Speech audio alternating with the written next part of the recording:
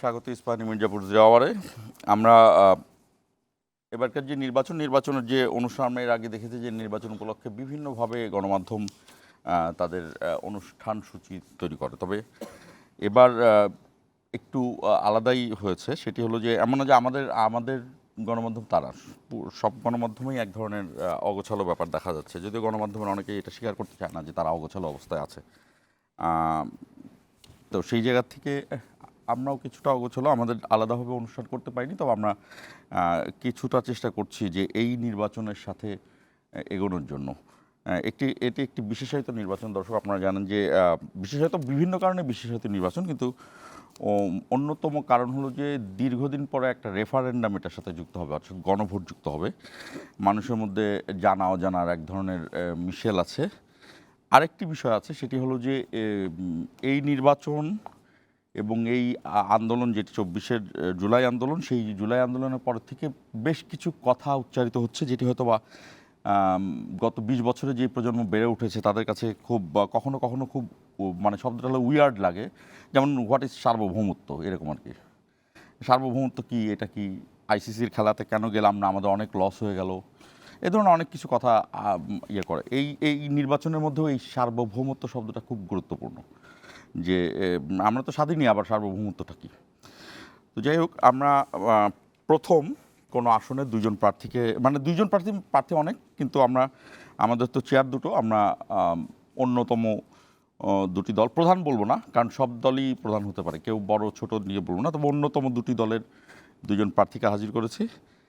একজন হলো S M Jahangir Hossain, Dhaka 18 BNP মনোনীত প্রার্থী। এস এম জাহাঙ্গীর হোসেন, আপনাকে স্বাগত জানাচ্ছি। এবং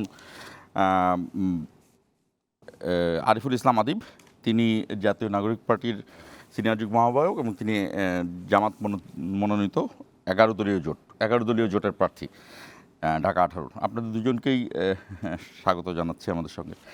আমরা নির্বাচনী অনুষ্ঠানটি এই প্রথম করলাম, তো যাই হোক দেখি কি কতটুকু করা যায়।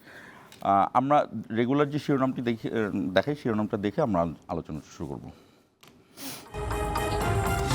ধানের শীষ জয়ী হলেই স্বৈরাচার জবাব পাবে, সিরাজগঞ্জের জনসভায় তারেক রহমান।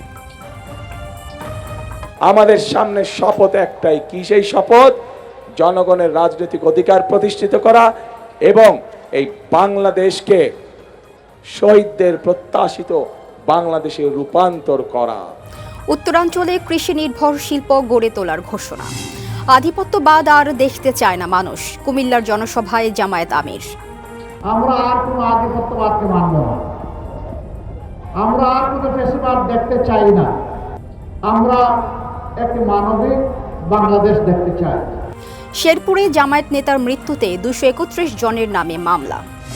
ভাবমূর্তি রক্ষায় এবারের নির্বাচন গুরুত্বপূর্ণ। ঝালকাঠিতে কমিশনার আবুল ফজল, বিদেশ থেকে প্রায় 1.5 লাখ প্রবাসীর ব্যালট এসেছে দেশে। সংসদ নির্বাচনে মারণাস্ত্র ব্যবহার করবে না বিজেপি, মাঠে থাকবে 134 প্লাটুন বিজিবি। আন্তজেলা রুটে 50% বাস রিকুইজিশন করছে সরকার। এবং ইসিকে আলটিমেটাম দিয়ে আমজনগণ পার্টির অবস্থান কর্মসূচি প্রত্যাহার। কারামুক্তির বর্ষপূর্তিতে ডেস্টিনির ব্যবস্থাপনা পরিচালক রফিকুল আমিনকে সংবর্ধনা। ডেস্টিনিতে আমরা সামাজিকভাবে যে সরকারি আসুক তাদের সাথে কাঁধে কাঁধ মিলিয়ে আমরা দেশ গড়ব একসাথে। শুনছিলেন শিরোনাম। আমাদের অনুষ্ঠানটি ফেসবুক এবং ইউটিউব পেজেও সরাসরি সম্প্রচারিত হচ্ছে, আপনারা চাইলে সেখানে কমেন্টের মাধ্যমে আমাদের সঙ্গে যুক্ত হতে পারেন। এস এম জাহাঙ্গীর হোসেন, আপনাকে শুরু করি। আপনি এইখানে নির্বাচন করেছেন এর আগে? আদিব তো এর আগে অন্য কোনো নির্বাচনে অংশ নেন? আচ্ছা, কিন্তু এস এম জাহাঙ্গীর হোসেন, আপনি কিন্তু নির্বাচন করেছেন।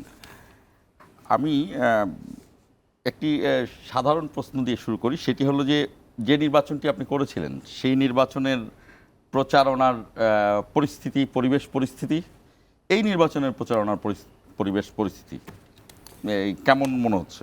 ধন্যবাদ আপনাকে। আমি 2020-এ উপনির্বাচনটা করেছিলাম। উপনির্বাচন আমি যখন মনোনয়ন চেয়েছি তখন আমার নেতা জনাব পার্টির চেয়ারম্যান জনাব তারেক রহমান বলেছে, আমরা তো নির্বাচনে যেতে চাই না, আর নির্বাচন করব না, ওদের আন্ডারে নির্বাচন করে লাভ কি, আমরা তো এটা একদম এন্ড করে দিচ্ছি। তখন আমি বললাম যে ভাইয়া, ঢাকা শহরে একটা নির্বাচন একটু করে দেখা যায় কি করা যায়। তখন ভাইয়া বললো যে তুই নির্বাচন করতে চাস, তুই প্রার্থী হচ্ছিস, আমি নির্বাচন করতেই প্রস্তুত না। তো যাই হোক, এগুলো কথা আসছে। তো এখন ব্যাপার হলো যে তখনকার যে নির্বাচন, এই গত 4টা নির্বাচন যে হলো, আপনি 8, 14, 18, 20, 18, 24, এই কোনটা নির্বাচন হয়েছে? একটাও কি নির্বাচন হয়েছে? এগুলো পাতানো গেম হয়েছে। আমার যা মনে হয়েছে, আমি যাকে খুশি তাকে নেতা বানিয়েছি, যাকে খুশি তাকে এমপি বানিয়েছি। আমার বেনিটে বেগে ছিল এমপির লিস্ট।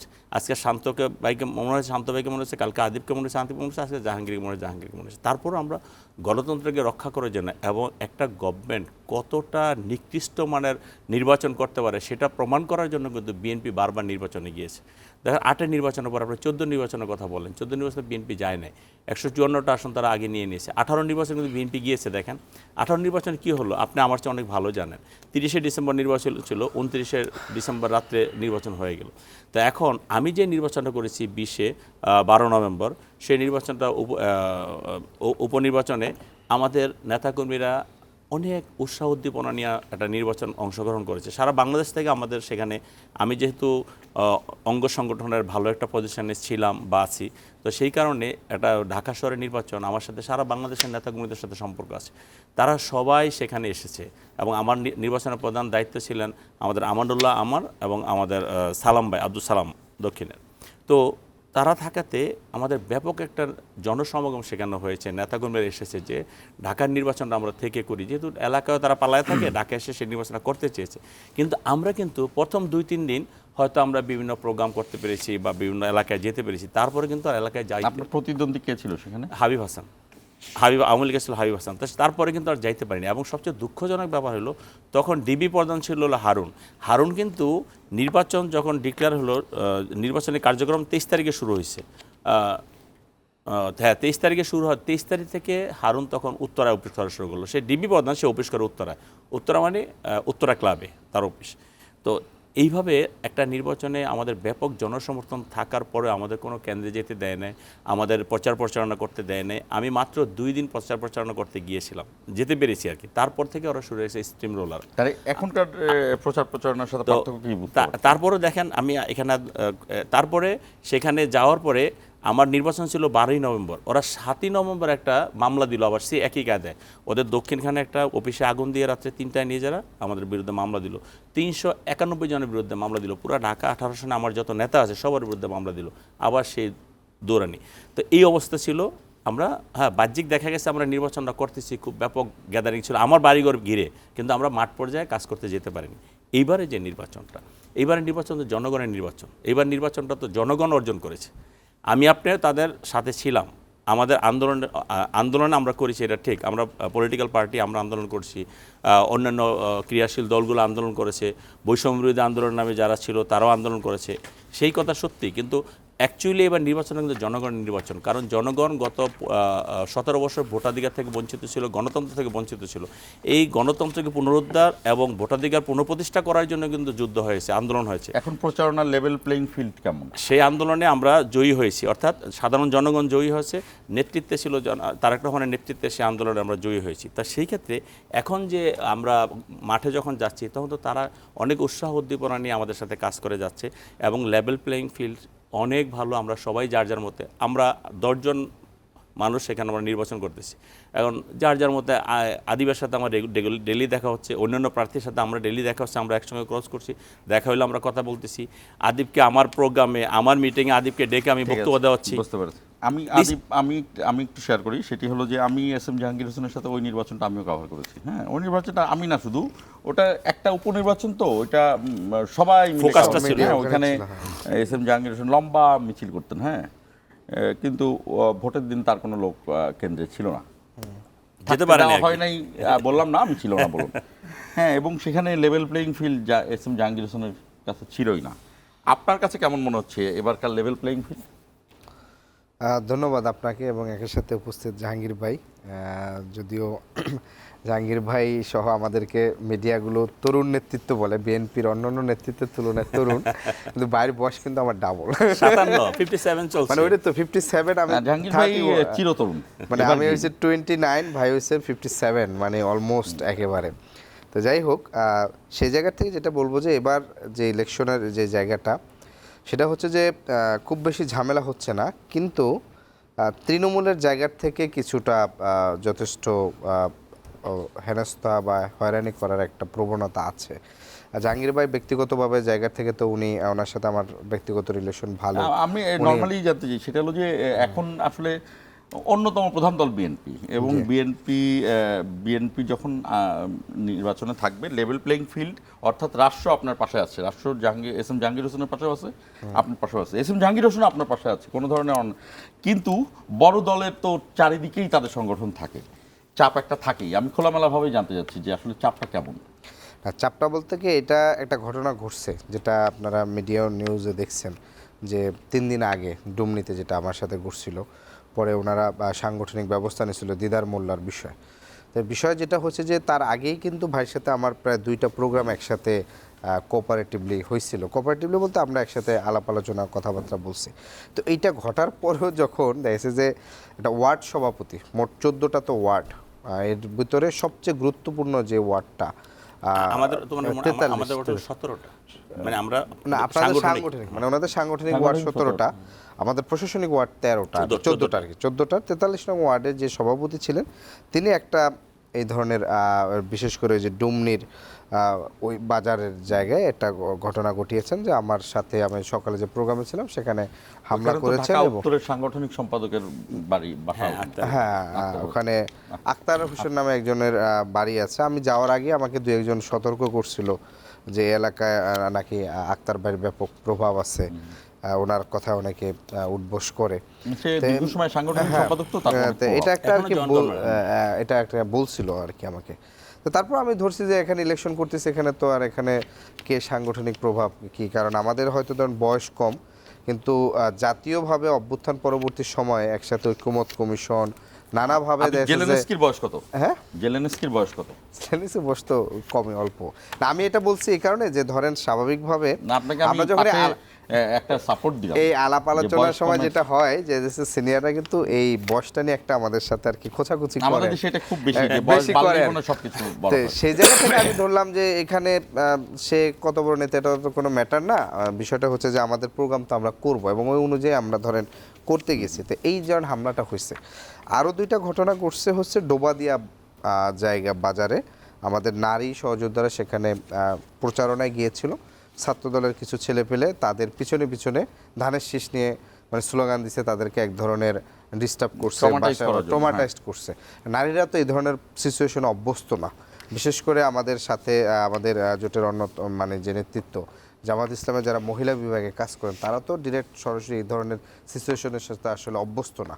তো সেই জায়গার থেকে এই ঘটনা 2টা আর কি অভ্যন্তরীণভাবে মূলত সিচুয়েশনে কিছুটা অবনতি ঘটছে, এটুকু আর কি।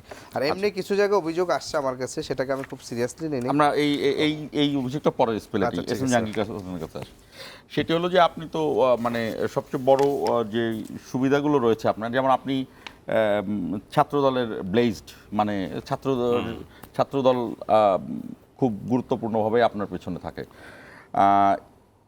এখন মোটামুটি উত্তরার যেখানে আপনি নির্বাচন করছেন, প্রথম কথা হলো যে আপনি প্রথম জয়টা পেয়েছেন হলো আপনি মনোনয়নটা নিয়েছেন আপনার পক্ষে। একটা বড় দলের মধ্যে অনেকজন ছিল এবং প্রত্যেকেই কিন্তু নির্বাচন করার মতোই যোগ্য, কারো ছোট করছি না, বেশি থাকে। হ্যাঁ, তো সেই জায়গাতেই আপনার এক ধরনের তো শক্তিমত্তা তো আছেই।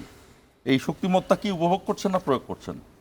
ওই কনস্টিটিউশনে আপনি কিন্তু অন্যতম প্রধান। আর বাংলাদেশে এমন যে বাংলাদেশ খুবই পাওয়ার পলিটিক্সের দিকে বাংলাদেশে সব কিছু ঝুঁকে যায়, থানা ঝুঁকে যায়, সব কিছু ঝুঁকে যায়। এস এম জাহাঙ্গীর হোসেন যখন এর আগে উত্তরা থানায় ঢুকতেই পারতো না বা মামলাই নিত না, সেই উত্তরা থানার ওসি হয়তো বা 3বার ফোন দিবে এখন। আমি আপনার ব্যক্তি নিয়ে আলোচনা করছি না, কিন্তু এটা কিন্তু সত্য যে প্রশাসন ঝুঁকে যায়, যে বিএনপির এই এমপি হবে, আমি এর সাথে সব ধরনের, আপনি হয়তো চানও নাই। এই জায়গাগুলোকে কিভাবে কি ইয়েতে যাচ্ছেন? ধন্যবাদ। আমি সবসময় নিজেকে নিয়ে ব্যস্ত থাকি, নিজের যে জুরিডিকশন আছে তার বাইরে আমি কখনো যাই না। আপনি যে কথাটা বললেন, আমি 40 বছর মতো ঢাকা শহরে রাজনীতি করি।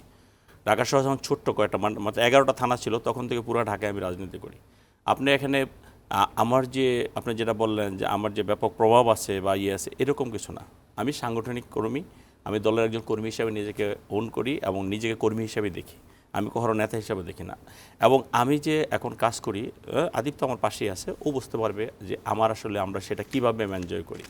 আমার সাথে যারা প্রতিপক্ষ ছিল বা প্রতিদ্বন্দ্বিতা করেছে বা প্রতিযোগিতা করেছে, তারা এখন আমার সাথে সবাই কাজ করতেছে। আর স্বাভাবিক কারণে যখন দলের একটা ডিক্লেয়ার হয়ে যায়, তখন সবাই একসাথে নিচে কাজ, আমরা সবাই তো বিএনপি করি। আর অ্যাকচুয়ালি আমার লাইফে এই পুলিশ থানা এই জায়গাটার ব্যাপারে আমার বিরাট একটা অনীহা আছে। আমি যখন 91-এ তেজগাঁও যে বিপি, ওই ওসি বলতো, ওসি ছিল তখন মতিন চৌধুরী বাইস্তা, আমাকে তুমি করে বলতো যে জাহাঙ্গীর সবাই থানায় আসে ফোন করে, তুমি তো একদিন একটা ফোনও দাও না। আমি এখানে ধরেন আমি যদি আমি এখন যে বাসাটা থাকি 97 থেকে থাকি, আমি 2001-এ যখন বিএনপি ক্ষমতায় আসছে, আমি 2001 থেকে 2006 আমি 2 দিন থানায় গিয়েছি, উত্তরা থানায় 2 দিন অনলি, কোনো দিন কোনো ওসিরে ফোন দিইনি। এই যে আমি 5ই আগস্টের পরে আমি 6 তারিখে জেল থেকে বেরিয়েছি, 6 তারিখে জেল থেকে বের হওয়ার পরে কোনো ওসি বলতে পারবো না আমি তাদেরকে ফোন দিয়েছি। হ্যাঁ, একদিন আমি থানায় গিয়েছি, ম্যাডামের নামে একটা মামলা করেছি, আমি ওসিরে ফোন দিয়েছি আমি একটা মামলা করব, বললো যে আমি মামলা করে পাঠিয়ে দিই, বললো না আপনি যেহেতু ম্যাডামের নামে মামলা করবেন আপনি থানায় আসলে ভালো হয়। আমি একদিন থানায় গিয়েছি, কোনো ওসি, কোনো এসি, কোনো ডিসি আজ পর্যন্ত বলতে পারবে না এই 5ই আগস্টের পরে আমি কোনো ওসিকে ফোন দিয়েছি বা কোনো ওসির সাথে আমার সেভাবে কথা হয়েছে যে বা কোনো ব্যাপারে। যেমন তারেক রহমান সাহেব সেদিন আমাদের প্রোগ্রাম করেছে, আমাদের প্রোগ্রামে গিয়েছে, তো স্বাভাবিক কারণে সেখানে ডিসিকে আমাকে একটা ফোন দেওয়া লাগছে যে ডিসি সাহেব তারেক রহমান সাহেব, এটা জেনারেল, হ্যাঁ এটা জানে। কিন্তু আমাকে কোনো ওসি, আমাদের যে আটটা ওসি আছে বাটারা সহ, কোনো ওসি কখনো বলতে পারবে না যে আমি কোনো কারণে কোনো একটা মানুষের জন্য কোনো রিকোয়েস্ট করেছি বা কোনো, আমি ওসিদের সাথে অলওয়েজ চেষ্টা করি দূরত্ব বজায় রাখতে। আমাকে ছোট্ট একটা ঘটনা বলি, তুরাগ থানায় এর আগে হঠাৎ করে ওই মাইলস্টোনের ঘটনার পরে তুরাগ থানার এক ওসি নতুন আসছে, আমাকে হয়তো সে ফিজিক্যালি চিনে না, নাম জানে। তো ওখানে আমাদের গেছে, আমাদের টুকুভাই গেছে, স্ট্যান্ডিং কমিটির মেম্বার, টুকুভাই যাওয়ার পরে তার প্রোটোকল দেওয়ার জন্য তার পাশে এমনভাবে দাঁড়াইছে, আমাকে সে জায়গা দিচ্ছে না। আমি কি আপনি এখানে কেন? কয় আমি ওনাকে প্রোটোকল দিচ্ছি, আমার মেজাজে তো খারাপ হয়েছে। আমি কি আপনি ফেসিবাদ থেকে কিছু শিক্ষা নেন নাই? আপনি কেন প্রোটোকল, আপনি ডাকছে, আপনি ওনারা কী প্রোটোকল দিবেন? আপনি শিক্ষা নেন। ওই আমলে যা হয়েছে 5ই আগস্টের পূর্বের থেকে আপনি শিক্ষা নিলে আপনি চাকরি করতে পারবেন না। জাস্ট একদম এই ল্যাঙ্গুয়েজ ইউজ করছি। কাজেই আমার ভিতরে ওইটা নাই। আমাকে সবাই চেনে, আমি দীর্ঘ 30 বছর সেখানে রাজনীতি করি এবং আমি কিন্তু আমি একটা মধ্যবিত্ত ঘরের সন্তান হিসাবে আমি যেভাবে চলা দরকার, যেভাবে কর্মীদের সাথে থাকা দরকার, আমি ঠিক সেভাবে থাকি, সেভাবে করি। যার কারণে নেতাকর্মীরা আমার উপরে আমাকে অনেক ভালোবাসে, অনেক শ্রদ্ধা করে এবং সাধারণ মানুষ। এবং দেখেন প্রতিটা ঘটনাতে আমি সেখানে উপস্থিত থাকি। আপনি করোনাকালীন সময় দেখেন, তারপরে অন্যান্য মহামারী বা প্রাকৃতিক দুর্যোগ, ওই এলাকায় নিয়ে ওইটাই আমার পৃথিবী, ঢাকা 18ই আমার পৃথিবী, এর বাইরে আমি কখনো যাই না। আদিবের কাছে আসবো, সেটা হলো যে এস এম জাহাঙ্গীর হোসেন সম্পর্কে যেটা বললাম সেটি এস এম জাহাঙ্গীর হোসেন তার মতো, কিন্তু এটা আসলে সত্যি যে আমাদের পাওয়ার পলিটিক্সের সাথে আমাদের যে ন্যাশনাল ক্যারেক্টারিস্টিক্স, এটা চেঞ্জ হতে সময় লাগবে। এটা মানে আমরা একজন প্রভু খুঁজি বা একজন ইয়ে খুঁজি, এটা একটা বেসিক জায়গা। আপনি কেমন, প্রশাসনের সাহায্য দরকার নাই, প্রশাসন তার আপনাকে ভোটে সাহায্য করবে না, কিন্তু লেভেল প্লেইং ফিল্ডে প্রশাসনের অবস্থান কেমন দেখেন? যেমন একটা থানার ক্ষেত্রে অভিযোগ আসে, যেহেতু আমি সরাসরি 7টা থানা তো নাম ধরে আর আলাদা করে না বললাম না, তারা একটা কেন্দ্র পরিদর্শনে গেছিলেন, এটা আরও সপ্তাহখানেক আগে। তো সেখানে তারা আমাদের স্থানীয় যে ছাত্র দলের নেতৃবৃন্দ ছিল তাদেরকে নিয়ে গেছে। তো স্বাভাবিকভাবে প্রশাসন কিন্তু গেলে তো সে তার নিজের মতন করে মুভ করা উচিত। হয়তো একটা নিতে হয় তাহলে সবাইকে নিবে বা জায়গাটা ডাকবে, এটা একটা বিষয় ঘটছে। তো প্রশাসনের যে আপনি যেটা বললেন যে এটা হচ্ছে, এটা শুধু ঢাকা 18 আসনের জন্য না, আমি এস এম জাহাঙ্গীর হোসেনকে আমি ওটাই বলি না। এটা হচ্ছে যে আমাদের সামনে যে নির্বাচনটা হচ্ছে, এই নির্বাচনটাকে ঘিরে আমাদের যে পুরনো যে সেটেলমেন্ট আছে, পুরো এস্টাবলিশমেন্ট বলতে এখানে ধরেন 4টা বাহু মিলে একটা ফ্যাসিবাদ এস্টাবলিশড করছে। তার একটা অংশ ছিল পলিটিক্যাল অংশ, আওয়ামী লীগ মানে রাজনৈতিক অংশ, একটা অংশ হচ্ছে বিজনেস গ্রুপ, একটা অংশ হচ্ছে যে আপনার প্রশাসন ভিতরে থাকা, আরেকটা ধরেন এখানে বিভিন্ন ফ্যাক্টরগুলো থাকে নানা ধরনের।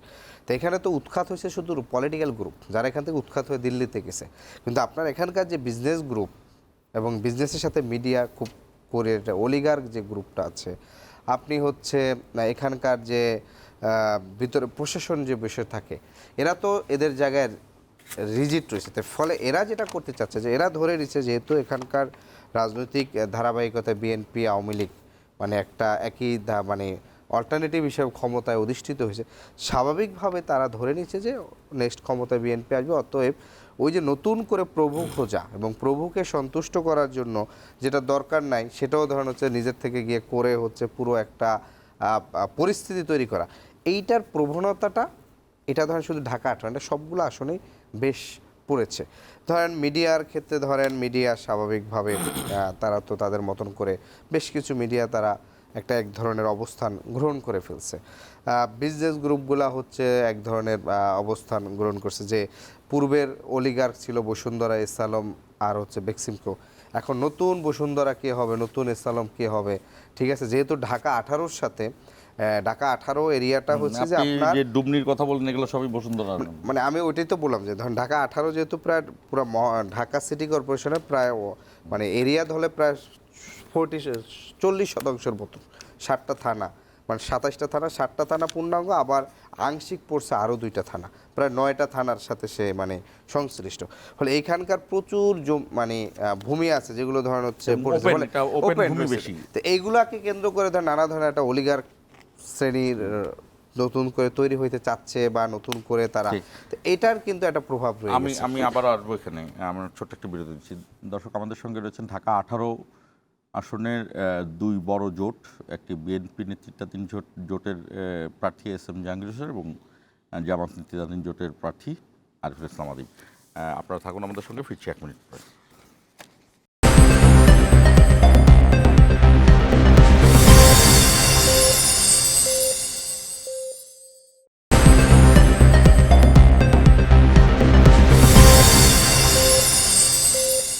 আবারও স্বাগত জানাচ্ছি ইস্পাহানি মির্জাপুর জিরাওয়ারে। আমাদের সঙ্গে রয়েছেন ঢাকা 18-র দুই জোটের প্রার্থী, একজন এস এম জাহাঙ্গীর হোসেন আর একজন আরিফুল ইসলাম আদিব। আমি এস এম জাহাঙ্গীর হোসেন আপনার কাছে আবার আসি, সেটি হলো যে আমরা এবার যেটা দেখতে পাচ্ছি যে অনেকটা একতরফাভাবেই বিএনপির দিকে সাধারণ মানুষ বা অনেক জরিপ বা বিশ্বাস করা না করার চেয়ে বড় কথা হলো যে এটা এক ধরনের ধারণা তৈরি হয়ে গিয়েছে যে বিএনপি হয়তো বা যাবে।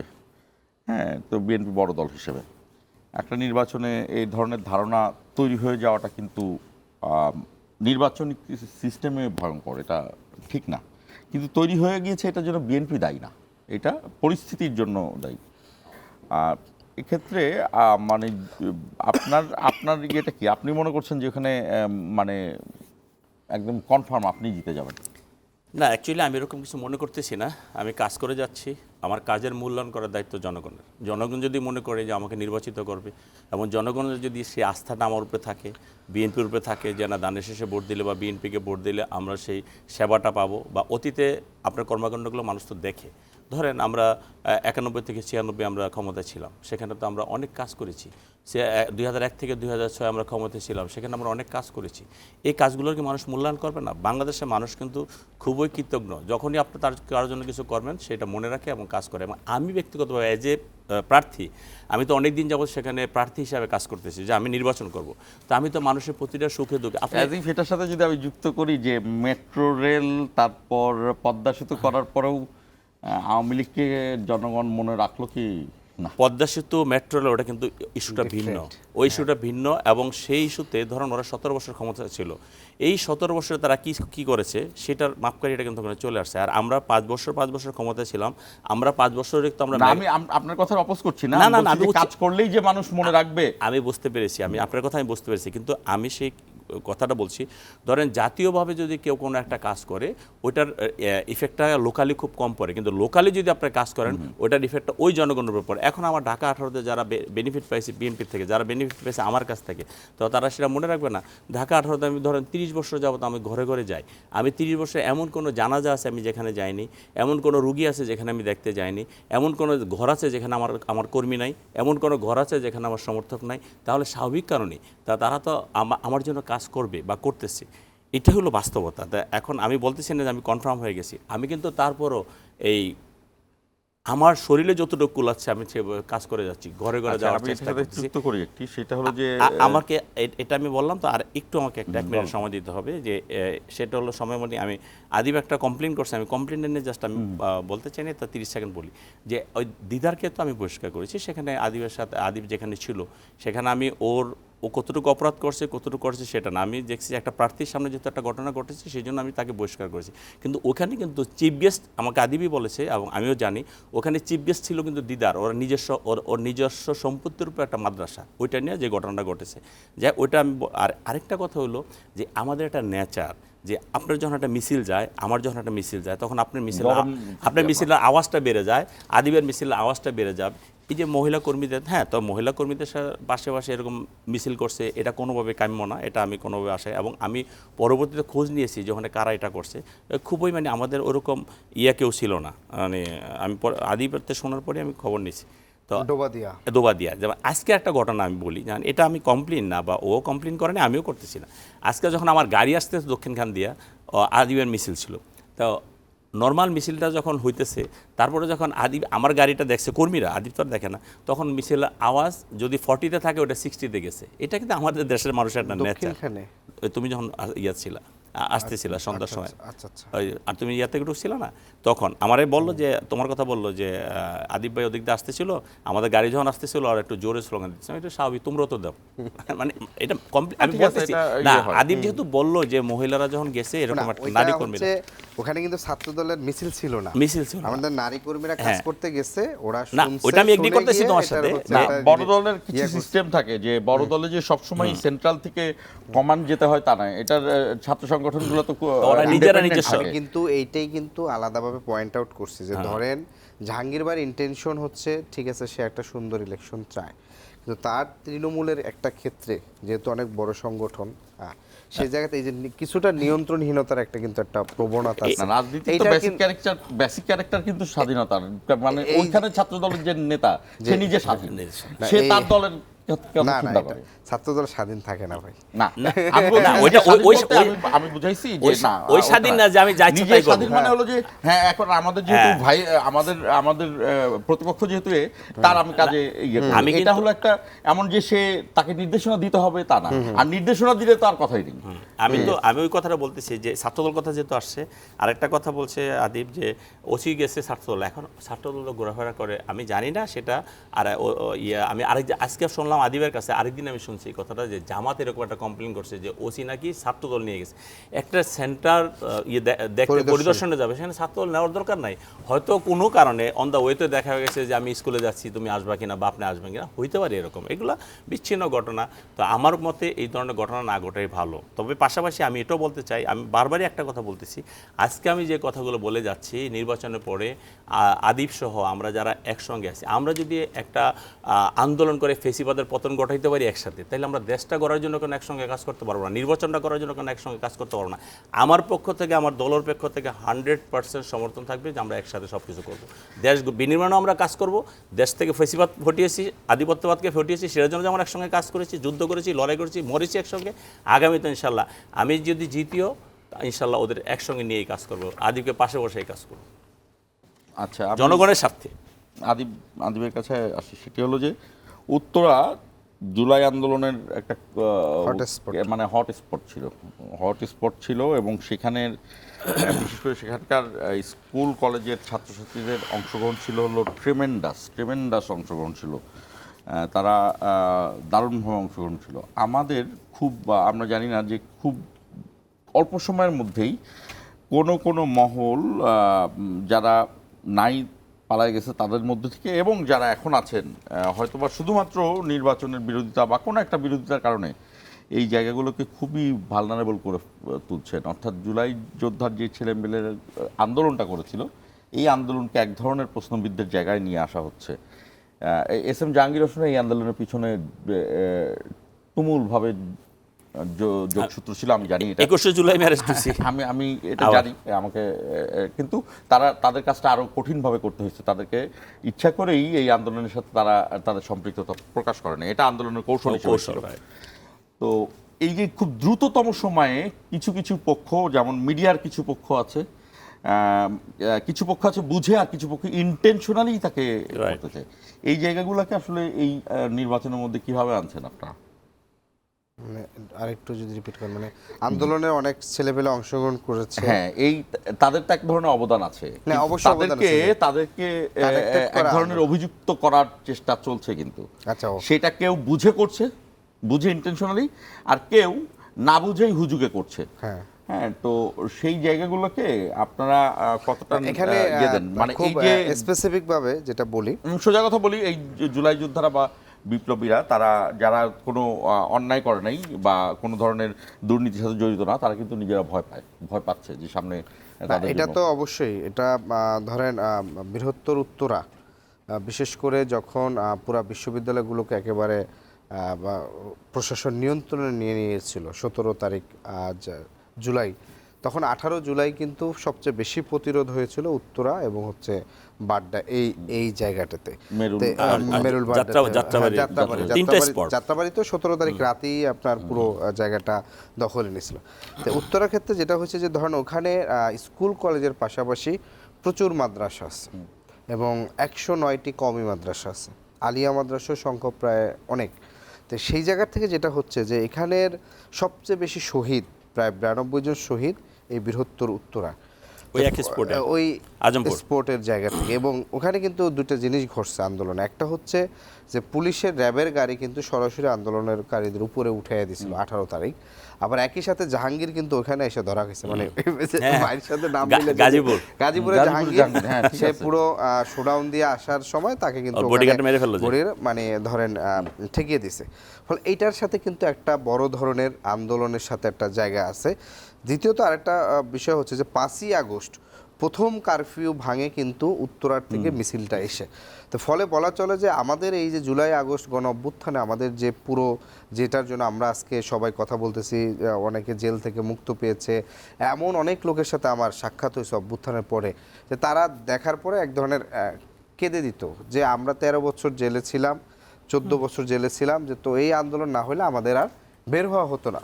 তো সেই জায়গা থেকে যেটা হয়েছে যে বলা চলে যে সেটা একটা দ্বিতীয় স্বাধীনতার একটা সূতিকাগার, একেবারে উত্তরার জায়গা। তো এই উত্তরার এই জায়গাটা কিন্তু একদিনে তৈরি হয়নি। আমি যেটা মনে করি যে এখানে যারা শহীদ হয়েছে, এই যে 92 জন, যে জায়গাটা, যে শহীদ তো কেউ হঠাৎ করে আসলে শহীদ মানে অ্যাক্সিডেন্টালি হয় না। এখানে যে জীবন দেওয়ার যে একটা প্রবণতা, বা সে শহীদ হবে, মানে যা কিছু হোক তার প্রয়োজনে শহীদ হবে। প্রয়োজনে শহীদ হবে দেশের জন্য, দেশের মাটির আমি জন্য। জানতে চাচ্ছিলাম এটার যে জন্য একটা আপনার এই প্রস্তুতি ভোটের থাকে। সাথে এটাকে কিভাবে আমি মিলাচ্ছেন? সেটা বলতে চাইছি। তো সেই জায়গার থেকে যেটি হচ্ছে আগস্টের পরে যেটা আমরা দেখলাম যে প্রথমত হচ্ছে এই পুরো বৈষম্য বিরোধী ছাত্র আন্দোলন বা সমন্বয়ক, এটাকে কিন্তু বিশেষ করে আওয়ামী লীগ এবং কিছু ক্ষেত্রে বিএনপিও হচ্ছে বিলিফাই করার চেষ্টা করেছে, একেবারে স্পষ্ট করে। হয়তো জাহাঙ্গীর ভাই পার্সোনালি হয়তো তার একটু ইয়া না, হতে পারে, এখানে বিএনপির মধ্যে তো ইয়ে আছে, হ্যাঁ, বিএনপির একটা বড় যে অংশ হচ্ছে পুরা personally যে অনেকে করছে তারা। সমন্বয়কদেরকে পুরা বিলিফাই, যে সমন্বয়ক মানে চাঁদাবাজ, তারা হচ্ছে নানা ধরনের অপরাধ করছে, এটার একটা জিনিস করছে। এবং একই সাথে যেহেতু এই অভ্যুত্থানে শেখ হাসিনা পুলিশকে দ্বারা মূল জায়গাটা হচ্ছে আপনার হচ্ছে নির্যাতনটা করছে, ফলে আন্দোলনের পরপরই যখন থানাগুলো একটু সচল হওয়া শুরু করেছে, কোথাও যদি যেমন ধরেন কিছুদিন আগে যেটা হলো যে সুরবে, যে কি করলো যে সুরবে নাকি 50 কোটি টাকা চাঁদা চেয়েছে, এবং এটার পিছনে কিছু মিডিয়ারও ইয়ে আছে। হ্যাঁ। এবং এটা কি করলেন যে পুরা ফ্রেমিং এমন হচ্ছে যে সুরভি 50 কোটি টাকা চাঁদা চাওয়া, এটা কি চারটিখানি কথা? মানে এটা তো আপনি চাইলেই হয় না। জিনিসটা যেটি হচ্ছে যে বেশ কিছু থানার ওসি আছেন ঢাকায়, যারা ঢাকায় না ঢাকার বাহিরে, এরা যেটি করেন যে ধরেন ডিএমপি কমিশনারও তো এর আগে বলছিল যে আপনারা আওয়ামী লীগ ধরায় দিলে 5,000 টাকা পুরস্কার। আওয়ামী লীগ যখন নানা জায়গায় মিছিল টিছিল করা শুরু করলো, বললো না, তখন কি করে, যখন ধরেন কারো একটা আওয়ামী লীগ আছে কোথাও বা পেয়েছে, ছাত্র জনতা ধরেন স্পেসিফিক তথ্য থানাকে দেয়, থানা কি করে, তথ্য নেওয়ার পরে সে প্রথমত অ্যাকশনে যায় না, সে ওই ছেলেপেলেদেরকে আগে পাঠায় যে তোমরা যাও আমরা আসতেছি, বা তোমরা খেয়াল রাখো আমরা আসতে। এই যে খেয়াল রাখার কথা বলে আগে পাঠায়, সেই আবার ইন্টেনশনালি হয়তো ধরেন তার ওই লোকাল এরিয়া যাদের সাথে যোগাযোগ আছে, এদেরকে আবার হচ্ছে ওখানে ট্র্যাপ করে। যেমন ধরেন রিয়াদের ইস্যুটা যেভাবে আসছে, যে রিয়াদ হচ্ছে 10 লাখ টাকা সম্ভবত চাঁদা দাবি করছে। কার কাছ থেকে করছে? আওয়ামী লীগের এক এমপির কাছ থেকে। তাহলে একজন খুনি যার বিরুদ্ধে খুনের মামলা ছিল তাকে কেন অ্যারেস্ট করছে না সেই প্রশ্নটা কিন্তু কেউ কিন্তু প্রশ্ন তুলে নেয়। কিন্তু এজ এ জায়গা থেকে কি করলো যে শুধুমাত্র তাকে ওই বিলিফাইটা করলো যে তাকে হচ্ছে সে চাঁদা চাইছে, এই জিনিসটাকে এস্টাবলিশ করার জন্য মিডিয়ার একটা অংশ, একই সাথে আপনার হচ্ছে এখানকার আওয়ামী লীগ তো পুরো ওদের রাজনৈতিক এখন জীবনের লক্ষ্যই হচ্ছে এই এনসিপি, বৈষম্য বিরোধী কিংবা হচ্ছে ছাত্রশক্তি যারা আছে এদের রাজনৈতিকভাবে যত বেশি এদেরকে হচ্ছে অপ্রাসঙ্গিক করা যায় সেই জায়গাটা আমি একটা বিরতি যাবো, বিরতি পরে এস এম জাহাঙ্গীর হোসেনের কাছে আসবো। ছোট্ট বিরতি নিচ্ছি, ফিরবো 1 মিনিট পরে।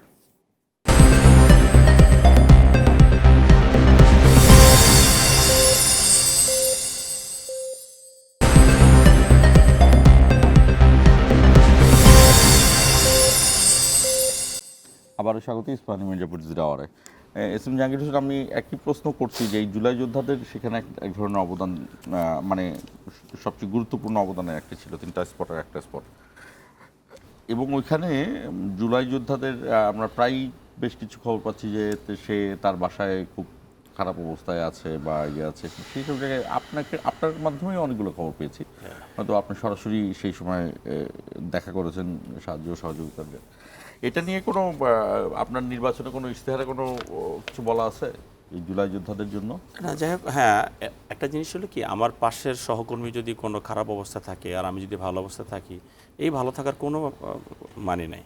আমি ওই কথাটা আমি পরে আসতেছি যে আদিব যে বলল সমন্বয়কদের ব্যাপারে বিএনপির কিছু কথাবার্তা আছে, বিএনপি কিন্তু ওইভাবে কোনো কথাবার্তা বলছে বলে আমার মনে হয় না। আমার মনে হয় উত্তরাতে, বিশেষ করে উত্তরা বেশ যে সমন্বয়ক আছে বা ওই বৈষম্য এনসিপি যারা আছে সবার সাথে আমার পার্সোনাল রিলেশন অনেক ভালো। সেটা আদিব উত্তরা বেশ না, তবে বিএনপির যে নেতারা মাঠে ইনঅ্যাক্টিভ কিন্তু টকশোতে অ্যাক্টিভ, তারা এই কথা হতে পারে, এবং দুই একটা ঘটনা যে ঘটেনি তাও কিন্তু না, মানে এই সমস্ত সমন্বয়কদের ব্যাপারে। কিন্তু আমি ওইটা নিয়ে কথা বলতে চাই, বিএনপি খুব একটা যে এগুলো নিয়ে বলছে, তবে হ্যাঁ, যেহেতু এখানে প্রশাসনটা আওয়ামী লীগের নিয়ন্ত্রণাধীন, মিডিয়া আওয়ামী লীগের নিয়ন্ত্রণাধীন ছিল বা এখনও আছে অনেক জায়গায়, তো সেই ক্ষেত্রে আমার মনে হয় ওরা একটু অতিরঞ্জিত করছে, বা ওখানে ওরা আওয়ামী লীগের যে ফেসিবাদী যারা আছে তারাও একটু ইনফ্লুয়েন্স করছে। তো সেই ক্ষেত্রে আমার মনে হয় এই ব্যাপারটা বিএনপি যতটুকু দায়ী না, যদি এটা দায়ী করা সেটা ভালো হবে না, মানে ব্যাপারটা আমাদের উপর দোষারোপ করা হবে, এছাড়া অন্য কিছু না। আর আপনি যে কথাটা বললেন, আমি অবশ্যই আমি তো সারা দেশের ব্যাপার বলতে পারবো না। আমি জুলাই মানে আমাদের ঢাকা 18-তে আপনি জেনে খুশি হবেন, আমি যে 6 তারিখে জেল থেকে বেরোইছি, 6 তারিখে জেল থেকে বেরোই কিন্তু আমি সর্বপ্রথম আমি মুগ্ধর বাসায় গিয়েছি, মুগ্ধর বাবা মার সাথে কথা বলেছি। এইভাবে নট অনলি মুগ্ধ, সবার যাদের আমি খোঁজ পেয়েছি এবং অনেকের কবর জিয়ারত করতে আমি গিয়েছি। হ্যাঁ, সেখানে আমাদের দলীয় কিছু মানুষ মারা গেছে, তাদের বাসায় গিয়েছি। তো আমি চেষ্টা করে যাচ্ছি, এখনও তাদের সাথে আমার সেই যোগাযোগটা আছে। এবং নাইমা যে মেয়েটা আমাদের, ও যদিও আমার প্রতিবেশী, বাংলাদেশ মেডিকেল পেশেন্টে যে মেয়েটা গুলি খায় মারা গেল বারান্দায়, সে ওর মা সেদিনও যখন তারেক রহমান সাহেব আমাদের এখানে গিয়েছেন, তখন উনি যখন দেখা করতেছেন, আমাদের মিটিং কিন্তু ওনারা ছিলেন, ওনাদেরকে আমরা রেখেছি, জুলাই যোদ্ধাদেরকে আমরা রেখেছি। তো সেখানে যখন ছিলেন, মুগ্ধর বাবাও ছিলেন, জুবাইরের বাবা ছিলেন, জসিমের মা ছিলেন, তখন আমাদের চেয়ারম্যান যখন ওনাদের সাথে দেখা করতে গেলেন, তারা কিন্তু ওই ভদ্রমহিলা কিন্তু একটা কথা একদম বলে কান্না করে দিচ্ছে, কি যে আমি বাঁচতাম কি না আমি জানি না, আমার মেয়ে মারা গেছে, আমি দুনিয়া আমি সব ভুলে গেছিলাম যে আমি দুনিয়াতে আছি কি নাই। কিন্তু এই এস এম জাহাঙ্গীর ভাই, উনি ওখানে গিয়ে শুধু একটি কথা বলতো, উনি একাধিকবার গিয়েছে, সকালে যাইতো, রাত্রে যাইতো, গিয়ে আমার শুধু একটি কথাই বলতো যে তারেক রহমান সাহেব আমাকে পাঠিয়েছে, আপনি এই কাজ করেন, আপনি এইভাবে চলেন, আপনি এইভাবে চলেন, আপনার একটা সন্তান মারা গেছে, আরও আপনার একটা সন্তান আছে, বা আমরা আপনার ভাই হিসাবে আছি। এই কথাগুলো তারা সাহস দেওয়া যে একটা মানুষ যখন এরকম ত্রমায় থাকে, তাকে যদি ফিরে আনা যায়। আপনি যেটা বলছেন, আমার অবশ্যই ম্যানিফেস্টোতে রাখবো কি রাখবো না সেটা পরের ব্যাপার, কিন্তু আমি জুলাই যোদ্ধাদের জন্য সর্বোচ্চ কাজ করার চেষ্টা করব। এবং আমি যেটা বললাম যে আমি যদি ভালো থাকি, অবশ্যই ওখানকার ওই পরিবারগুলো ভালো রাখার চেষ্টা করব। আমি কতটুকু পারি, আজকে যে কথাটা বলছি এটা যে 100% এক্সিকিউট করতে পারবো কি পারবো না আমি জানি না, তবে আমি চেষ্টা করে যাবো ইনশাআল্লাহ। কারণ মাঠে ওরা ছিল, ওরা জীবন দিছে বলে আজকে আমরা ভালো আছি। সেখানে ছাত্ররা আছে, সাধারণ জনতা আছে, আমাদের নিজেদের সংগঠনের নেতাকর্মীরা আছে।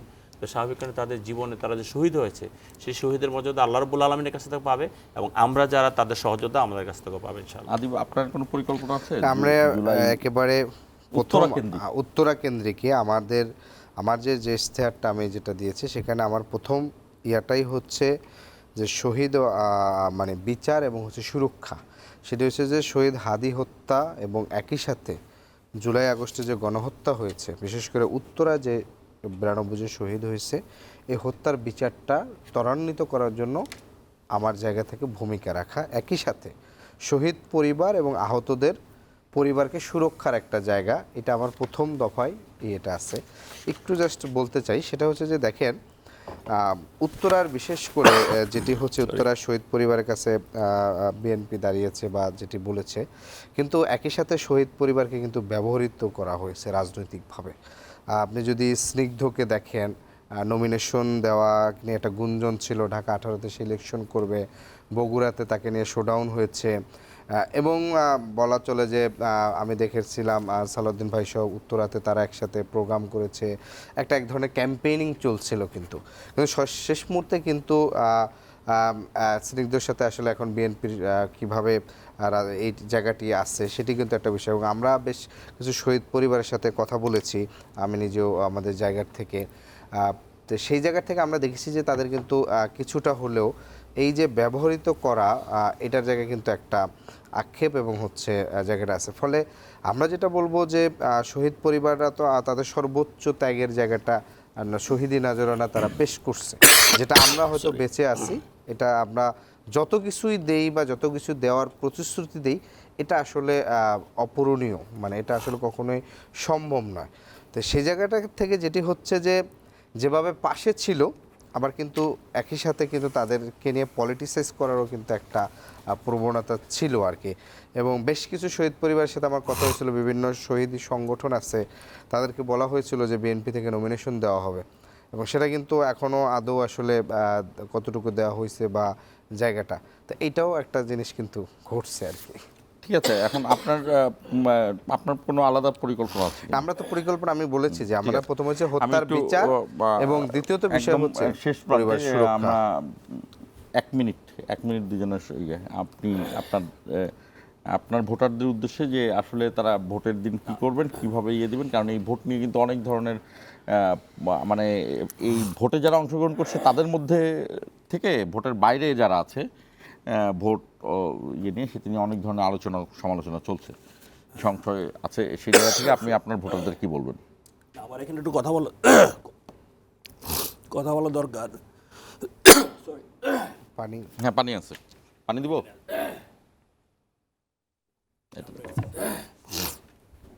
আদিব যে কথাটা বললো যে তাদেরকে ব্যবহার করার চেষ্টা করছে বিএনপি, এই কথার সাথে আমি দ্বিমত পোষণ করছি। কারণ স্নিগ্ধ কিন্তু বিএনপিতে জয়েন করেছে, সে প্রাথমিক সদস্য হয়েছে।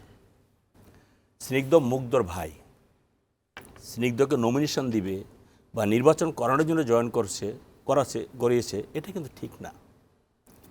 বাইরে থেকে আমরা অনেক কিছু শুনতে পারি, অনেক কিছু বুঝতে পারি, কিন্তু আসলে ঘটনাটা কী ঘটেছে, চেয়ারম্যানের সামনে সে বলেছে যে আমি শহীদ যোদ্ধা হিসাবে, যেহেতু আপনারা শহীদদের সাথে ছিলেন, আমার বাবা, ওর বাবা কিন্তু ছাত্রদলের প্রেসিডেন্ট ছিল, সেক্রেটারি ছিল ব্রাহ্মণবাড়িয়া জেলার, তো একটা বিএনপির ঘরের সন্তান তো বিএনপি করবে, এটি স্বাভাবিক। তারপর অন্য সংগঠন করতে পারে, যেহেতু সে সরাসরি কোনো রাজনীতির সাথে সম্পৃক্ত ছিল না, সেহেতু সে নির্বাচনের সামনে সে দেখছে যে তার যদি একটা ভূমিকা রাখতে পারে, নির্বাচন না, সে যদি রাজনীতিতে একটা ভূমিকা রাখতে পারে, সেই জন্য সে গিয়েছে এবং সে মেম্বার হয়ে সে কিন্তু আমাকে ফোন করেছে, আমার বাসায় এসেছে, আমাকে বলেছে ভাইয়া আমি আপনার সাথে রাজনীতিটা করতে চাই, আপনি দীর্ঘদিন এখানে রাজনীতি করেন, আপনার সাথে রাজনীতি করতে চাই। এবং আমি তাকে ডাকি এবং সে আমার প্রোগ্রামে আসে। গত সপ্তাহে আমি তার সাথে কথা বলেছি, সে বাইরে আছে, দেশের বাইরে আছে, সে বলছে ভাইয়া আমি আপনার সাথে কাজ করব। ও কিন্তু রাজনীতিটা করতে চেয়েছে, ও কিন্তু নির্বাচন করতে চায় না। আর বিএনপি ওকে নমিনেশন দিয়ে বিএনপির কি এখানে অর্জন করার আছে? বিএনপির জুলাই যোদ্ধা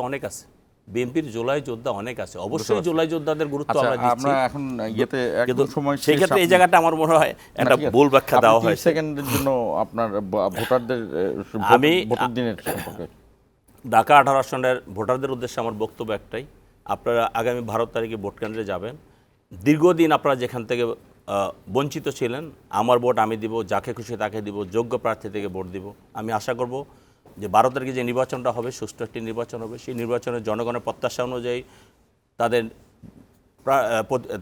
তারা তাদের প্রতিনিধি নির্বাচিত করবে, এবং যে প্রতিনিধি নির্বাচিত হবে তিনি জনগণের কল্যাণে কাজ করবে। অতীতে যা হয়েছে সেই জায়গায় 5 তারিখের আগে যেভাবে দেশকে লুণ্ঠন করেছে, চাঁদাবাজি করেছে, সন্ত্রাস করেছে, তার প্রতিবাদে তারা আগামীতে মানুষকে এটা গেল জাতীয় নির্বাচন। আর একটা হ্যাঁ ভোট তো আরেকটা আছে এখানে।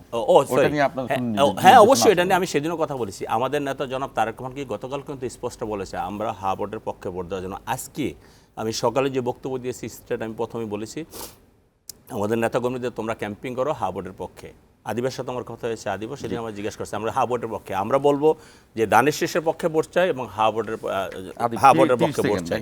এটা আমার ঢাকা 18 সালের জনগণের প্রতি আমার আমরা আমাদের বলি, আমাদের স্লোগানটা এইভাবে যে গণভোটে হ্যাঁ বলি, মার্কে এবার শাপলা খুলি। আমি যেই জায়গাটি বলেছি যে ঢাকা 18 আসন, এটি অন্যান্য সংসদীয় আসনের মতো না, এটি পুরো আসনটি সিটি কর্পোরেশনের অন্তর্ভুক্ত, অর্থাৎ এটা একটা নগরীর অংশ।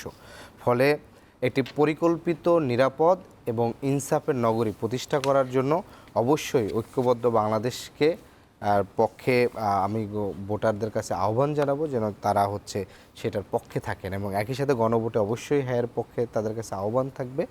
আমরা চেষ্টা করেছি ভারতীয় আধিপত্যবাদ বিরোধী, মানে পুরো আধিপত্যবাদ বিরোধী একটি জায়গা থেকে বাংলাদেশের স্বাধীনতা সার্বভৌমত্ব, কারণ আগামী নির্বাচন বাংলাদেশের আত্মমর্যাদা এবং আত্মপরিচয় সমুন্নত রাখার, কারণ গত 4টি নির্বাচন সরাসরি প্রতিবেশী রাষ্ট্র হস্তক্ষেপ করছে।